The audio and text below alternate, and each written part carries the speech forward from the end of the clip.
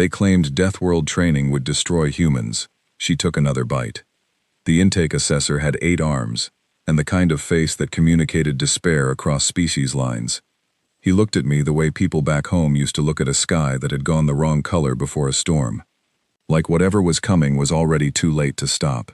His name was Zeal 9. He had filed, I would later learn, 4 separate complaints with Coalition Command in the 20 minutes before I walked through his door. Not about me specifically, about the concept of me, about the paperwork I was going to generate.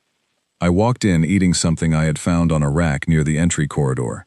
It was labeled, in 6 different scripts, as an emergency ration. Not for consumption by protein-based life forms. I had read that part. I had considered it. Then I had eaten it anyway because it smelled like a gas station at 2 in the morning, and that had always meant food to me. It tasted like a beef stick that had made a series of increasingly interesting decisions. I grabbed 3 more and put them in my jacket pocket.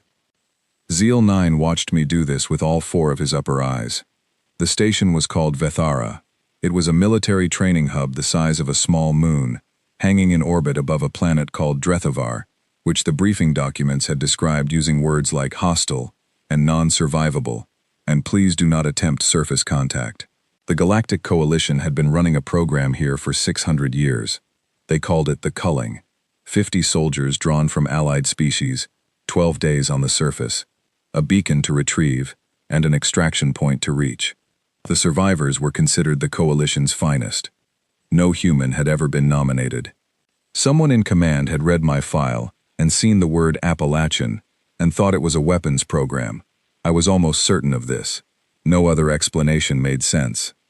Zeal 9 processed my entry forms with the efficiency of a being who had long since surrendered hope, but still believed in procedure. He scanned my biometrics. He cross-referenced my homeworld data. He pulled up additional records. His 8 arms went very still. "Sergeant Kowalski," he said. He had a translator node at his throat that turned his clicks and tonals into English. It gave his voice the sound of someone dictating a will. "I am required to walk you through the environmental hazards of the Culling field site." "Sure," I said. "Drethavar has a base atmospheric acidity that dissolves standard-issue Coalition respirator seals within 4 hours. Okay. The gravitational variance in the terminus zone causes bone fractures in species with internal skeletal structures, typically within the first 6 hours of exposure. How does it do that? The fluctuation is rapid. The skeleton cannot adapt. It is, according to our medical reports, extremely unpleasant. I would think so. There are spore fields. The fungal blooms release a compound that dissolves protein-based nervous tissue. The effect is rapid and irreversible. This is why all trainees are issued full-coverage biological protection suits. I reached into my pocket and ate another emergency ration. It had a texture that reminded me of something I could not quite name. A memory of something chewy and wrong that I had eaten as a kid and liked anyway. "Where is my suit?" I asked. Zeal 9 looked at his data slate. Then he looked at me. Then he looked at his data slate again, with the particular energy of a man who was about to have a very bad day. "It was," he said carefully, "back-ordered." I chewed. "Back-ordered," I said. "The sizing specifications for your species were outside our standard range. A suit is being fabricated. It will arrive in approximately 14 days. The program is 12 days. Yes." I finished the ration. Folded the wrapper, put it in my other pocket because I had been taught not to litter. "So what do I wear?" He looked at my uniform, my army-issue pants and jacket and boots, none of which were going to stop acid rain or spore blooms or gravitational bone fractures. He looked at my face, which I kept calm, the way my mother had taught me to keep it calm when there was nothing to be done about a thing except get through it. "Whatever you have," he said. I nodded. "Is there a mess hall?" I asked. He pointed. I went. The mess hall was built for 50 species, and none of them were human. The portion sizes ranged from a thimble to a bathtub. The temperature of the food available ranged from liquid nitrogen cold to things that were actively on fire. I walked the entire length of it and found a section near the back that had nutrition blocks stacked in a crate. No labels in English. No labels I could read at all. I picked one up and smelled it. It smelled like salt and something animal, and a little bit like the inside of a hardware store. I ate it. Then I ate another one. Then I sat down at the end of a long table where 6 other trainees were sitting in total silence, looking at me, and I ate a third one and looked back at them. One of them was crystalline. Light moved through its body, the way light moves through water. One was insectoid with 6 limbs, and a respirator already sealed to its face, even here, inside, in a pressurized station. One was gaseous, contained inside a suit that hummed with the effort of holding it together. The others were variations on forms I did not have names for yet. They all stared at me. I raised the nutrition block in a small gesture of greeting. The crystalline one made a sound. The translator node on the wall turned it into English a half-second later. "You are the human," it said. "Yes. You are aware that no human has ever completed this program." I thought about this. Thought about what completing meant, and what not completing meant, and what the people who had not completed it had faced. Thought about some other things I was not going to think about right now. "No pressure then," I said. The insectoid trainee, who I would learn was named Casvel, made a rapid clicking sound. The translator caught only part of it. What came through was, "The probability models suggest." "I'm bad at math," I told him. He stopped clicking. I finished my nutrition block and went to get another one. On the way back I passed Zeal 9 in the corridor. He was on his data slate, filing something. I caught a glimpse of the subject line. It read, "Subject status, ongoing." I thought that was a reasonable thing to call me. The briefing the next morning covered what we already knew, and some things we did not. The culling was not a survival test. That was how it had been described for 600 years, but that was not really what it was. It was a test of decision-making, under conditions that stripped every comfort away and left only the person underneath. The coalition wanted to know who you were when there was nothing left to hide behind. I had been asked this question before, not by aliens, by a mountain and a county and a set of circumstances that had started before I was born and had not stopped when I left. The briefing officer looked at me once during the entire session. Just once. Like a doctor looks at a chart before deciding not to say the thing the chart says. We dropped onto Drethavar at dawn, or what passed for dawn. The sky was the color of a bruise healing wrong, green at the edges, purple where it got serious. The ground was wet with something that was not exactly water, and the air smelled like the inside of an old battery. I breathed it in, held it, let it out. My mother used to say the first breath of any new place told you everything. What it wanted, what it cost. This place wanted everything, and would cost the same. I hitched my ruck up on my shoulders and started walking. Behind me, 49 trainees in full biological protection suits followed. Xvel ended up at my left shoulder. I did not invite him there. He appeared the way things appear when they have made a decision that they will not explain. "The designated shelter coordinates are northeast," he said. His translator node was sealed inside his suit's faceplate. His voice came out slightly flat and mechanical. "I know," I said. "The recommended pace allows for biohazard detection at each step interval." "I know. You are going slightly faster than the recommended pace." I looked at him. He looked back through his faceplate with 4 eyes that were built for a kind of seeing I could not fully understand. "I'm aware," I said. He kept up with me anyway. The first spore field appeared 2 hours in. It was beautiful, in the way that very dangerous things are sometimes beautiful. The blooms were chest-high and pale gold, and they released clouds of fine particles with every slight movement of the air. The designated route went around it. 6 hours of detour, around a field I could see the other side of from where I stood. I reached into my ruck. I had packed very specifically. Not the way the coalition supply list had suggested. The way my grandmother had packed for hunting trips when she did not know how long she would be out. A little of everything. Room for more. I pulled out a bandana, tied it over my nose and mouth, looked at the field. Xvel made a sound that the translator rendered as, "The alternative route is." 6 hours, I said. "Yes. In 6 hours it gets dark." "Correct. What happens at dark here?" He was quiet for a moment. The megafauna become more active. I looked at the field, at the gold clouds drifting in the still air. At the other side of it, maybe 400 meters away, where the ground looked dry, and the sky looked slightly less like something that wanted to hurt me. "Stay close," I said. I walked into the field. The spores hit my bandana, and hit my skin, and hit the parts of me that were not covered. I felt them. Not the way the briefing said I should feel them. The briefing said, rapid neurological disruption. What I felt was a tingling. Like the way your hands feel coming in from cold. Like the early stages of something that decided against finishing. My body had seen worse.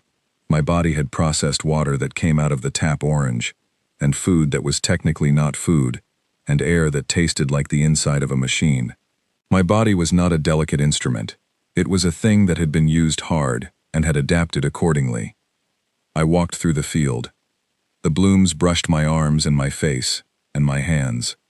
Gold clouds rose around me with every step. I held my breath for the worst of it and breathed shallow at the edges, and kept moving. Kept the other side of the field in my sight like a fixed point. I came out the other side in 11 minutes. I turned around. 6 trainees were standing at the edge of the field, staring at me from behind their sealed faceplates. Xvel was at the front. He had not moved. He had watched me cross, and he was still standing there, and the expression I could see through his faceplate was one I did not have a name for yet. "Come through," I said. They came, sealed in their suits, unhurt, taking the path I had made with my body. On the other side, Casus Vel walked up to me and looked at my face, looking for damage. I understood, looking for the thing the briefing had promised. "You are unharmed," he said. It was not quite a question. "My arms itch a little," I said. He filed a report right there, standing in the pale gold afterlight of a field that was supposed to have dissolved my nervous system. I watched him do it. He was thorough. He was meticulous. He was clearly distressed in the specific way of a being who had been trained to trust data and had just watched the data behave incorrectly. I reached into my ruck and pulled out a can of Vienna sausages I had found at the station commissary. Nobody had stopped me from taking them. Nobody had thought to. They were labeled for human consumption, which meant they were on the station, which meant the station had expected a human eventually, even if nobody had expected one now. I opened the can. The smell that came out was the smell of home, in the specific way that home is not a place but a collection of sensory data your body has mapped to the concept of survival. I ate a sausage. Xvel watched me eat it. Then he looked at the can. Then he looked at me. "What is that?" he said. "Vienna sausage. Is it a ration? Kind of. Is it a medicinal compound? For the spore exposure?" I looked at the can. I looked at him.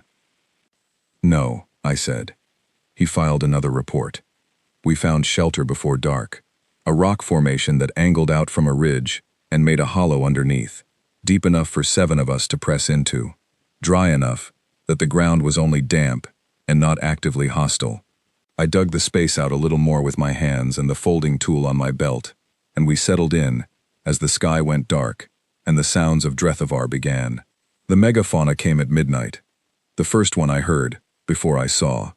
A sound that was not exactly a sound, a subsonic thing that you felt in your back teeth and the space behind your eyes.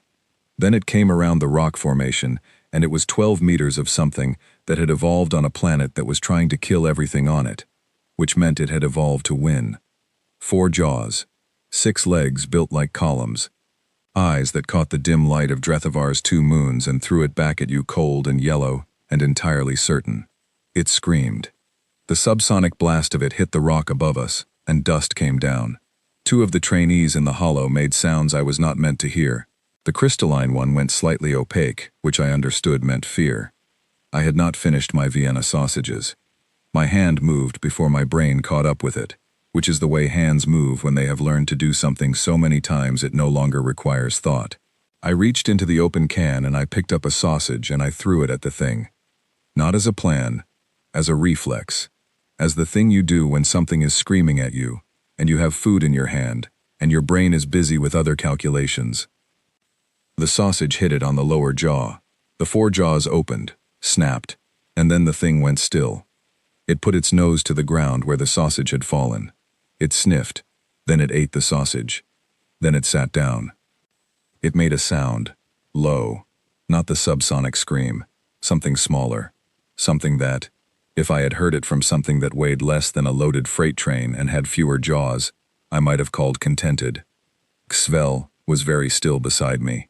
Everyone in the hollow was very still. The megafauna, the briefing had called them Greth, a name that sounded exactly like what they looked like, curled itself around the rock formation with the slow, deliberate movements of something that has decided it is home. "Did you just?" Cassivel said, and then stopped, because there was no continuation of that sentence that would fit inside a factual report.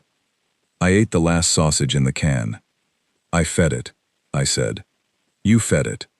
"Yes." "You fed a Greth, an apex-tier megafauna classified as do not approach." "I did not approach it. It approached me, and then I fed it."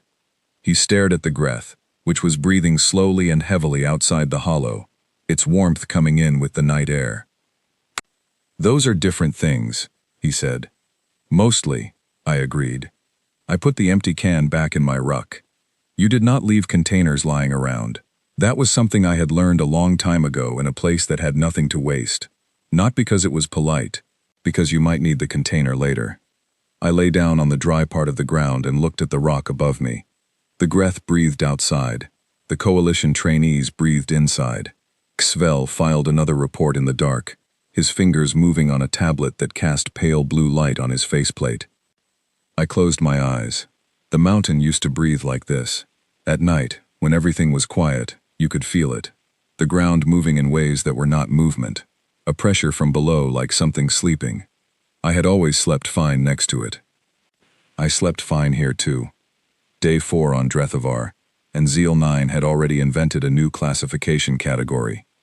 I knew this because Cassivel told me. He told me at the beginning of each day now, the way some people read weather reports. He would access the station's filed records remotely, and then walk next to me and tell me what new administrative problem I had created while I was sleeping.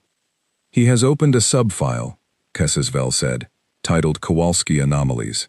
It contains 17 entries. "What was the most recent one?" Cassivel scrolled with one of his secondary limbs while walking without slowing. He had gotten good at that over the last few days. He had, I noticed, gotten good at several things. The pace he could keep, the terrain he could read, the things he stopped flinching at. Something was happening to him out here, and I did not think it was what the Cullings designers had intended. "The Greth," he said. He filed an entry, when it followed us on day 2. The Greth was walking behind us, at a distance of about 40 meters. It had been doing this since morning of day 2. I had not asked it to. It had simply made a decision and executed it with the absolute certainty of something that weighs several tons and does not negotiate. Every morning it was there. Every morning I opened whatever I had that was edible and gave it something, and it made its low, contented sound, and then it followed us. The other trainees had varying reactions to this. The gaseous entity in the containment suit seemed unbothered. The crystalline trainee, whose name translated roughly as something that sounded like the noise a tuning fork makes, had adapted to it fastest. Xvel had filed 9 of the 17 anomaly reports about the Greth alone. The remaining trainees were not doing as well. We had started at 50. Day 1 attrition from the spore field detour, the first night megafauna contact, and a gravitational flux pocket in the northwest quadrant, had brought us to 31. Not deaths. The program had extraction protocols, emergency beacons that trainees could trigger when they could no longer continue. The beacons were considered a failure condition. You used one, you were out. 17 trainees had used theirs in the first 3 days. Our group of 6 had not. I was not their leader. I had not been appointed anything, and I had not announced anything. But they walked where I walked, and they sheltered where I sheltered, and when I moved, they moved. And that is a kind of leadership even when nobody has said the word. On the morning of day 4, the trainee I had started calling Bird internally, because her species had hollow bones and a crest on her skull that moved with her emotions the way a bird's feathers move in wind, found me before the others had woken up. She was small, smaller than any of us. Her containment suit was built for her particular biology, which ran hot and needed atmospheric regulation. She stood outside the hollow where I had just finished eating the last of a protein brick I had found in the bottom of my ruck, and she made a sound at the translator node on her collar. "I want to ask you something," she said. Okay. The other trainees, before us, the ones who left, they were not less capable than you. I looked at her. Her crest was flat against her skull, which I had learned meant she was being careful with her words. No, I said. They were not. They had better equipment, better preparation, better biological suitability for this environment. Yes. And they left. Yes. Her crest moved. A small, uncertain flutter. I am trying to understand what they did not have. I thought about this for a moment, about the honest answer, and the useful answer, and whether they were the same answer. Familiarity, I said. With this environment? I looked at the sky of Drethavar, green at the edges, that wrong-healing bruise purple. The wet ground and the battery acid air, and the Greth sleeping 40 meters away, and the spore fields, and the acid rain that had started on day 2 and had not done anything to me, except made my jacket stiff when it dried. With things being hard, I said, and being hard not being a reason to stop. Bird was quiet for a long time. Her crest moved through several positions I was starting to learn. Then she picked up her equipment and fell in behind me, and we woke the others, and we kept going. The Trethvine forest was on day 4, late afternoon. We saw it from a ridge. It filled the valley below us like something poured, wall to wall and 50 meters tall, the vines so dense that the light through them came out a different color on the other side. Orange in, green out. The designated route skirted the entire northern edge of the valley, a detour the mission map calculated at 6 hours. 6 hours was tomorrow. 6 hours was the dark and the megafauna more active, and the rest of the trainees showing 2 days of accumulated spore field exposure fatigue and gravitational variance stress in the way their movements had gotten slower, their reactions slightly delayed. I stood on the ridge and looked at the forest. The Trethvine was in the briefing. Contact with the sap caused immediate localized paralysis. The paralytic compound was airborne in the pollen, which meant you did not need to touch the vine to be affected. You needed to breathe near it. Standard protocol was full sealed biological protection, sealed suit, no skin exposure, no respiratory exposure, navigate around the source entirely when possible. Every trainee behind me had a sealed suit. I had my bandana and my jacket and the can of Vienna sausages I had been rationing carefully since day 1, because they were the last ones I had. I looked at the forest. I looked at the 6-hour detour. I looked at Bird, whose crest was sitting low, and at KCS Vel, who was already calculating something with the focused stillness of a being trying to find an equation that came out differently than the one he had, and at the crystalline trainee, whose light had been dimming slightly at the edges, in the way it dimmed when the gravitational variance had been bad. I climbed down the ridge and walked to the edge of the vine forest. The vines were thick as my forearm. They moved slightly in no wind, which the briefing had noted as a predatory adaptation, looking for heat sources, looking for contact. The pollen came off them in a fine yellow-orange dust that caught in the angled light and turned the air around the forest's edge into something you could almost see breathing. I reached out and grabbed a section of vine. It grabbed back, which the briefing had also noted. An automatic response. Contact triggers grip. I pulled. The vine resisted. I pulled harder. My boots found purchase on the wet ground, and I put my weight against it, and the vine stretched, and then snapped free of the cluster it had belonged to with a sound like a green branch breaking in summer. I looked at the broken end. Sap oozed from it, dark and slightly iridescent. It smelled like something medicinal and wrong. I brought it to my face. Behind me, on the ridge, Kusvel made a sound that had no clean translation. What came through the translator was a partial phrase, the compound causes, and then silence, because I had already taken a bite of the vine before he finished the sentence. The paralytic hit my tongue first, a numbness that moved fast, up through the jaw, across the cheekbones, down the throat. It was not pleasant. It was not unpainful. It was the particular feeling of your body meeting something it was not supposed to meet, and having to decide in real time whether to fight it or adapt. My body had this conversation before. It adapted. I stood very still for about 45 seconds. I was aware of this. I counted.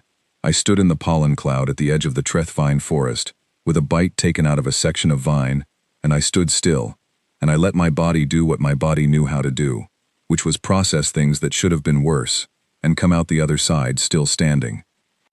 The numbness peaked, stayed, began, slowly, to ease. I swallowed. Bitter, I said, like bad aspirin, and a bad decision. I pulled out my machete. The vines that reached for me got one attempt at contact. After that, they did not try again. I did not know if they detected the compound in my system and considered me already claimed. I did not care why. I cared that it worked. I cut us a path through the treth vine forest.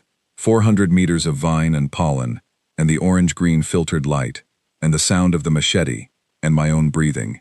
The vines parted. They did not touch me. The pollen settled on my skin and my hair and my jacket, and the compound worked on the surface of me and found the same thing it had found internally and gave up. I came out the other side. I turned around. My 5 trainees came through behind me, sealed in their suits, walking the path I had made. The vines did not touch them either. Xvel came through last. He stood next to me on the other side of the forest, and he looked at the path we had just walked, and then he looked at me. "You are not a normal member of your species," he said. "I'm pretty average, actually," I told him. He was quiet for a moment. His 4 eyes moved across my face in the way they moved when he was recording something, storing it, filing it somewhere internal that his reports would not quite capture. "What did it taste like?" he said. "The vine." I thought about it, about the honest answer. "Like something my body already knew," I said. He did not ask me to explain that. We walked on. By the end of day 4, 3 more trainees had used their emergency beacons. The total active count was 20. Our group was still 6. I rationed out the last third of the Vienna sausages that evening and gave one to the Greth. It made its contented sound and curled around our shelter position and went to sleep, and its warmth came in through the cold of Drethavar's night, and I lay on the ground and looked at the rock above me and thought about the tribunal. I had been told about it by Zeal 9 through a message that had come through on the field communicator at noon. Formal inquiry. Day 12. At station. Coalition Command wanted to understand what I was. I had thought about how to answer that. I had not come up with anything that was both true and short. I went to sleep. Xvel filed 3 more reports. The tribunal was held in a room that was designed for species much larger than me. The table was at the height of my chin. The chairs were built for beings with configurations I could not sit in correctly. I found a position that was close enough, and I sat in it, and I put my ruck on the floor next to my feet, and I waited. There were 6 of them, senior officers from 6 different species, in a row behind the tall table, looking down at me with varying arrangements of eyes and sensory apparatus. The one at the center was crystalline, like the trainee from my group, but older in the way that light, through very old glass, is older. The light moving through this one had a different quality, weight to it, history. Admiral Voss Shen. According to the brief I had been handed outside the door, Voss Shen had been a serving officer for longer than humans had been keeping records. That math was not comfortable to sit with, so I had put it down and picked up the protein bar from the station commissary that I had been saving in my ruck for a situation that felt like it needed a protein bar. This was that situation. The inquiry began with the incident log. One of the tribunal members, a species I had not encountered before, elongated, 4-armed, with a voice that the translator rendered as dry and precise as a surgeon's, read from Zeal 9's compiled reports, all 17 anomaly entries, in order. The emergency ration consumption on intake day, the spore field crossing, the Greth contact and subsequent feeding, the vine forest, the 7 additional plant species I had consumed during days 5 through 10 that were classified as non-consumable by all known biology, 6 of which my body had processed without significant incident, and 1 of which had given me a headache for about 4 hours that I had worked through because we had 3 kilometers to cover before dark. The elongated officer paused at the end of the list. "This document," it said, "represents the most incident-dense 12-day record in the Culling's 600-year history." I was eating the protein bar. I stopped chewing because the room had gone very quiet, and I had been raised to not chew in a silence that felt like testimony. "The inquiry has 3 questions," Voss Shen said. The light in its crystalline body shifted as it spoke. A slow, deep pulse. "First, do you understand why you were able to survive conditions that our models projected as fatal to your species?" I thought about this. "Partially," I said. "Explain the part you understand." "My body is adapted," I said, "to conditions that probably look hostile from the outside. Bad water, bad air, Food that isn't the right food. My immune system is not what the model expected, because my immune system grew up in a place that required it to be more than what the standard model assumes. Voss Shen made a note. The light in its body pulsed again. Second question. What training protocol did Earth's military use to prepare you for these conditions? I looked at the protein bar. I looked at the 6 faces behind the tall table. My training protocol, I said. I took a breath. Was being alive where I was from.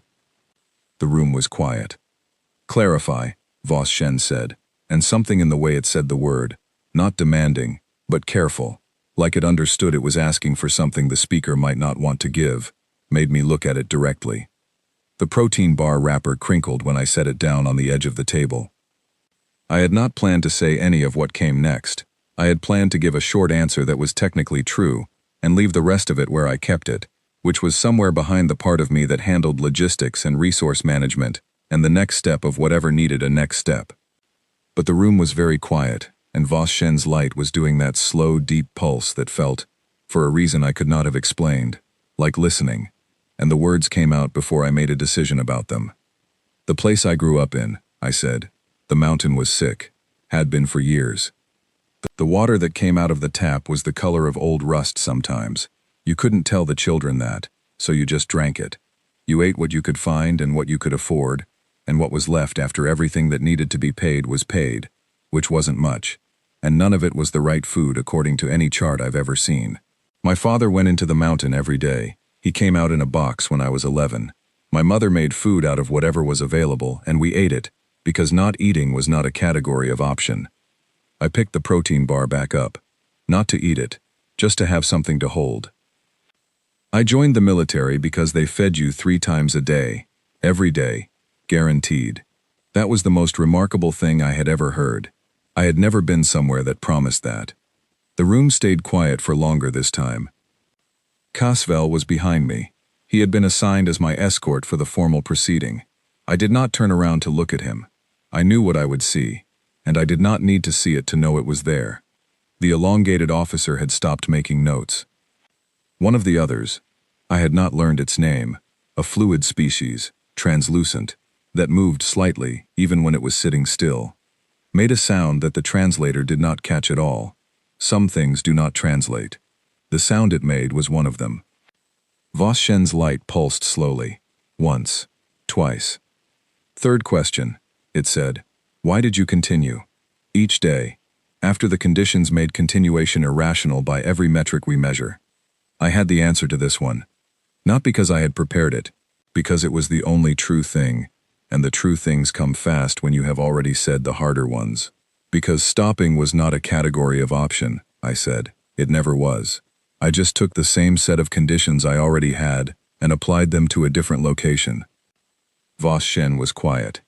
Then it made a sound that the translator took longer with than usual. When it came out, it was short. Dismissed, it said. And then, before I had moved, Sergeant. I looked up. You should know, Voss Shen said, that in 600 years of this program, no trainee has ever been dismissed from an inquiry without a corrective recommendation. There is nothing in your file that requires correction. I nodded. I picked up my ruck from the floor. Thank you, I said. I walked out.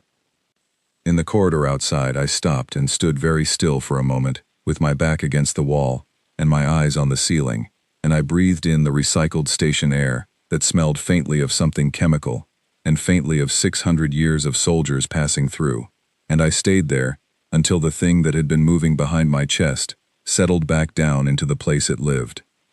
Then I reached into my ruck and found the last Vienna sausage can.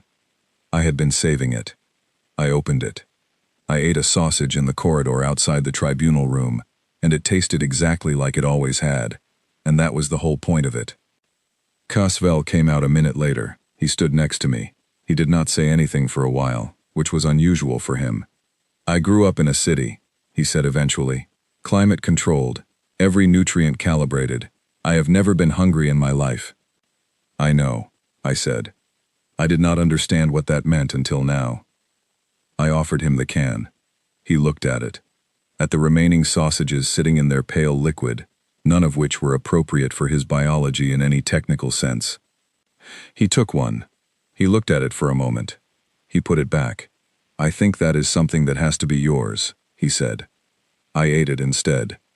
We walked back to the prep area. Tomorrow was day 12. The final push. The terminus zone and the beacon and the extraction point, and whatever Drethavar had been saving for last. I had 1 can of Vienna sausages and a bandana, and boots that had started to develop an interesting relationship with the acid residue on the ground. I had been in worse situations with less. I thought about that and decided it was probably true. Day 12 began before sunrise. The sky over Drethavar had gone a color I had not seen in the previous 11 days. Not the bruise-healing green-purple of standard Drethavar dawn.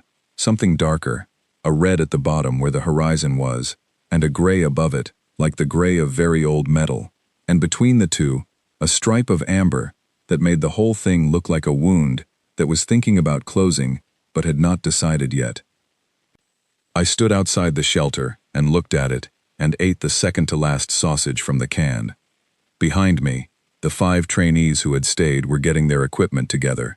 We had lost no one from our group across 11 days. The total active count across all 50 had dropped to 17. The other 11 were spread across the field in 3 other groups, and from the field communicator updates I had been receiving, 2 of those groups were stationary, which meant they were in trouble. We were not stationary. Terminus zone insertion in 40 minutes, KSES said, coming to stand next to me with his tablet already active. Field communicator shows an acid event building in the southern sector. Wind projection suggests the terminus zone will receive full contact in approximately 3 hours. Acid rain, not the light residue that had been falling intermittently. A full acid event, the kind the briefing said would compromise sealed suit integrity in sustained exposure over 2 hours. I looked at the sky. How long is the run to the beacon from the insertion point? Optimal route, 2 hours and 15 minutes. And from the beacon to the extraction point, 1 hour. So if the acid event hits on schedule, we're in the last hour when it gets bad. Approximately, yes. I ate the second-to-last sausage. "Okay," I said. "Okay," Criswell said, which was a word he had picked up from me sometime around day 6, and was now using with a frequency that I found unexpectedly good for morale. We dropped into the terminus zone at first light. The Greth did not follow us into the insertion drop. The insertion was a vertical descent on a cable system, 60 meters down a cliff face, that opened into a valley that the mission designation called the terminus zone, and that looked, from the top of the cliff, like the planet's honest opinion of itself. No softness in it, no concession. Rock and low gray vegetation, and 3 separate spore fields visible from the cliff edge, and, in the far distance, the amber light catching on something metallic. The beacon. I went down the cable first. The rock face was wet, and the cable guides were built for larger hands than mine, but I had learned on day 3 that most of the equipment on this planet was not built for me, and that this was information, rather than an obstacle, and I adjusted my grip, and my speed, and I hit the valley floor running. The 5 trainees followed. The Greth was waiting at the bottom. I stopped, looked at it. It looked at me with its cold yellow eyes. It had somehow come down into the valley, without using the cable system, which was the kind of information about Greth biology that I filed under things Drethavar does not explain. It simply does. I gave it the second-to-last sausage. I had been keeping it for this. It made its sound, fell in behind us. We moved. The first spore field was manageable. We knew spore fields. The sealed trainees went sealed, and I went fast, and we met on the other side. The second spore field was denser, and my bandana was showing wear, and I held my breath for the worst of it, and came out with my eyes watering, and my skin tingling, in the way it tingled now, which was familiar the way most uncomfortable things had become familiar. The acid rain started on hour 2, ahead of schedule. It came in as a mist first, the kind of light atmospheric event that the briefing categorized as low-level exposure, minimal suit concern, elevated skin hazard for unprotected biological tissue. I felt it on my hands and my face and the exposed strip between my jacket collar and my bandana. It felt like holding your hands over steam from something that is just slightly too hot, not burning. The promise of burning. I pulled my jacket collar up as high as it went and kept moving. Your hands, Bird said. She had come up to my left, her crest moving in the rapid, anxious pattern I now knew meant she was calculating something she did not like the answer to. I looked at my hands. The backs of my hands were going red, not the red of damage, the early red of a body negotiating. They're fine, I said. They don't look fine. They look like they're handling it, I said. There's a difference. Her crest went very still for a moment. Then she reached into her own equipment pack and pulled out a strip of material, her suit's emergency seal tape. She held it out. For your hands, she said. I looked at it, looked at her. The tape was part of her suit's integrity system. Using it for me meant less of it available for her. I don't want to take from your suit reserves, I said. Your hands are more important, she said. You are leading us. I had not asked for that. I had not agreed to it or signed any paperwork about it, but she said it the way you say true things, flat and without decoration, and I took the tape and wrapped my hands and we kept moving. The beacon site was a clearing in the low gray vegetation. The beacon itself was a cylinder about a meter tall, sealed in a casing that required a physical unlock procedure I had memorized from the briefing. Simple, hands-on, designed to require presence and deliberate action. No remote triggering. You had to be there. We were there. I unlocked the beacon in 40 seconds. It activated with a sound that was more felt than heard, a pulse of something that moved through the ground and the air, and registered in the translator nodes of the trainees around me as confirmation.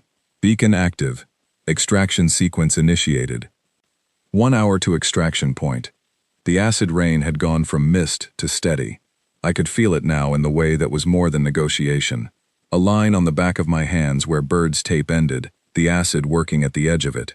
My jacket was stiffening. The bandana was saturated and doing less. The acid smell of the air was sharper and wetter, and present in a way that was getting harder to not notice. We ran. Not the measured pace of the previous 11 days, the kind of running that happens when the math has gotten simple, and the simple math says move. The 5 trainees in their sealed suits ran with me, and the Greth ran behind us at its rolling enormous pace, and the acid rain came down, and the sky above us had gone the full red-gray color of the morning's promise, and it rained, and we ran, and the extraction point was northeast, and we did not stop. The problem was at the extraction point. A Greth, a different one, larger than mine, if I could call it mine, which I was aware I could not technically do, and territorial, and standing directly on the flat open ground where the extraction vehicle was going to need to land in 11 minutes. Not seated, standing, in the particular posture of something that has decided this is its location and has not been given a reason to update that decision. The other Greth stopped behind us. I looked at the new one. It looked at me. I reached into my ruck. The last Vienna sausage. I had been carrying it since day one. The backup, the last thing, the held item, the one you don't use until there is no other calculation to run. My grandmother had a word for this. Not in English, in the particular English-adjacent dialect of her county. A word that meant, the thing you keep against the worst day. I had never learned to spell it properly. I had learned to keep the thing. I held the sausage out. The Greth looked at it. At me. At the sausage again. The 4 jaws moved in a slow rhythm. I threw the sausage. It ate it. Then it moved. Not far.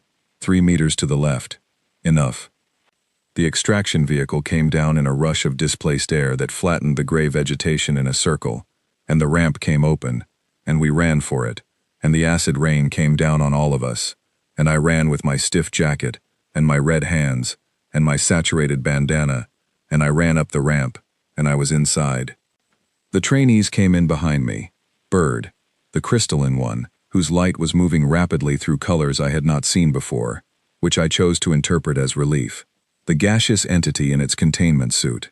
2 others whose names I had learned over 12 days, and whose faces I had learned to read through their faceplates. Xvel, last, turning at the top of the ramp to look back at the extraction site. At the Greth, standing in the acid rain, watching us leave. Xvel came inside.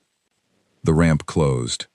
I sat down on the floor of the extraction vehicle, because the bench seating was built for species with different configurations, and the floor was honest about what it was, and I appreciated that.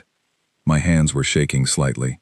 Not from cold, from the thing that happens when the body has been running a sustained emergency response, and the emergency has just resolved. The hands are always the last to get the news. I looked at my ruck. Empty can at the bottom, wrapper from a protein bar.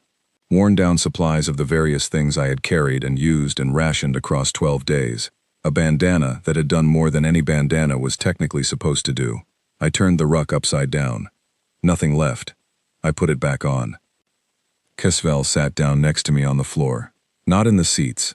On the floor, because I was on the floor, and he had been choosing to match where I was, since approximately day 3, which was something I had noticed, and not commented on. 17 active trainees, he said. All extracted. Our group is intact. I nodded. He was quiet for a moment. The extraction vehicle was rising, the vibration of it coming up through the floor, Deathworld getting smaller underneath us. May I ask you something? He said. Sure. Were you ever afraid, during any of it? I looked at the small round viewport on the wall beside me. Deathworld below us. Acid green and hostile and, from up here, in the amber light of its late morning, almost beautiful. The way places are beautiful when you are no longer inside them, when you have enough distance to see the shape of the thing instead of just the weight of it. I reached into my ruck, the muscle memory of it, my hand going in before the thought finished. Nothing there. I had forgotten. Empty ruck. I sat with my hand in the empty ruck for a moment. Of course I was, I said. Kesvel waited. Afraid it had run out, I said. He was quiet for a while after that. Long enough that I thought he might leave it there, might put it in a report and file it and call it a data point. Then he said, "What is it?" I took my hand out of the empty ruck. "Enough," I said. He did not ask me to explain. He was learning. We broke through the cloud layer above Deathworld, and the station was visible ahead of us, the size of a small moon, lit from below by the planet's reflected light, and from above by a sun that was different from mine but was still a sun. I looked at it. At the lights in it, the corridors where Zeal 9 was probably already updating files and adding new classification categories that did not exist before I arrived, the briefing rooms, the mess hall with its rows of nutrition options built for everyone except me, which I had eaten anyway. I thought about food, about the next meal, about what would be in the station commissary that I had not tried yet. I was hungry. This was normal. This was the most normal thing I knew. Kesvel updated his field report on his tablet. I could see him working on it at the edge of my vision. He wrote for a while. Then he stopped. Then he added one more line and put the tablet down. I looked at Deathworld shrinking through the viewport, acid green and impossible, and already behind me. "Thank you," I said, to nothing specific. To the mountain. To my mother. To the can of Vienna sausages that had made it 12 days with me. To the Greth, standing in the rain somewhere below, going about its enormous life. Nobody answered. That was fine. I had never needed an answer. I had only ever needed enough. Kesvel's report, submitted to Zeal 9 on extraction from Deathworld Day 12, contained 1,247 words covering the beacon retrieval, the acid rain event, the second Greth contact, the tactical decision-making during the Terminus Zone run, and the complete medical status of all 6 trainees under Sergeant Kowalski's effective leadership. The last line read, "She was always going to make it." She came from somewhere that had already decided she would. Zeal 9 read this. He read it twice. He updated the file. Subject status, ongoing. He changed nothing else. Some things you do not close. You just keep watching, because the story is still moving, and the person at the center of it has not stopped yet, and she is probably hungry, and she is already looking for something to eat, and whatever comes next for her, on whatever planet they send her to, you already know how it ends. She takes another bite, and she keeps going.